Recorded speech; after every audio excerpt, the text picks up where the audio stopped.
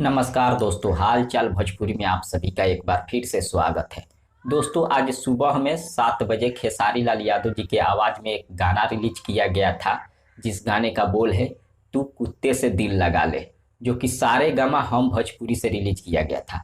और इस गाने का जो वीडियो क्वालिटी है, उसका जितना भी तारीफ किया जाए बहुत ही कम है।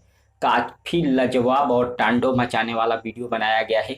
और जो लोग अभी तक उस गाने को नहीं सुने हैं, इस वीडियो को देखने के बाद एक उस गाने को जाकर जरूर सुनिए और शेयर करिए, लाइक करिए।